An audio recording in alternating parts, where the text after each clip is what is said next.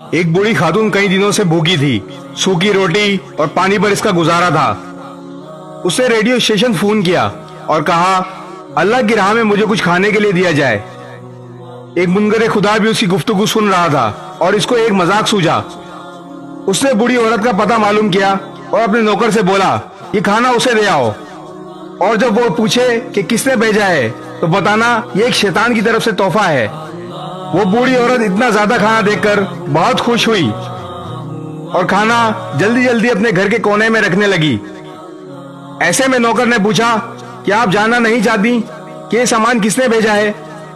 یہ سن کر بوڑھی عورت بولی مجھے اس کی کوئی پرواہ نہیں کہ کس نے بھیجا ہے، مگر اتنا معلوم ہے کہ جب میرے رب کا حکم ہوتا ہے تو شیطان بھی حکم کی تکمیل کرتا ہے۔